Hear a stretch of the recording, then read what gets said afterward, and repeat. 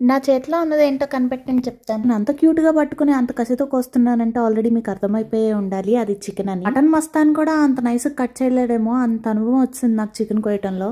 కోసేసాం, కత్తి జాగ్రత్త. కట్ చేసిన ముక్కలన్నీ కడిగేసి ఒక గిన్నెలో వేసుకున్న తర్వాత కొద్దిగా అల్లం వెల్లుల్లి పేస్ట్, గార్లిక్ పౌడర్, దాని తర్వాత గరం మసాలా ఏదైనా మీరు వాడేది పర్లేదు. రుచికి సరిపడినంత ఉప్పు, పసుపు, కారం కూడా యాడ్ చేసుకోండి. కొద్దిగా పుల్లగా కావాలనుకుంటే నిమ్మరసం కూడా యాడ్ చేసుకోండి. ఇప్పుడు 1 tablespoon corn flour, 1 tablespoon వరిపిండి, లాస్ట్ బట్ నాట్ లీస్ట్ మిరియాల పొడి కూడా యాడ్ చేసుకోండి. ఇవన్నీ ఒకసారి చికెన్ కి కరెక్ట్ గా పట్టేలాగా కసాపిసా కలిపేసుకుని పక్కన పెట్టేసుకోండి. పొయ్యి ఆన్ చేసి దానిపైన మూకిడి పెట్టేసి మూకిడి హీట్ అయినంత వరకు వెయిట్ చేయాలి. ఇంతకీ ఐటమ్ ఏంటో చెప్పలేదు కదా, చికెన్ ఫ్రైడ్ రైస్.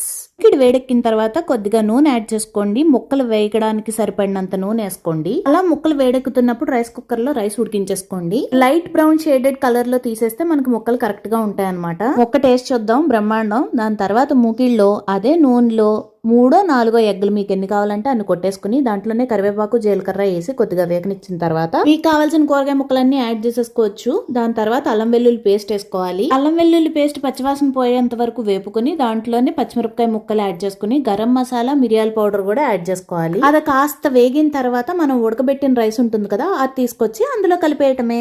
రైస్ అంతా కలిసేలాగా ఓపిక తోటి కలుపుకోండి, లేదంటే అక్కడక్కడ తెల్లన్నం ఉండిపోతుంది. Testing time. సూపర్. మళ్ళీ కలుసుకుందామే.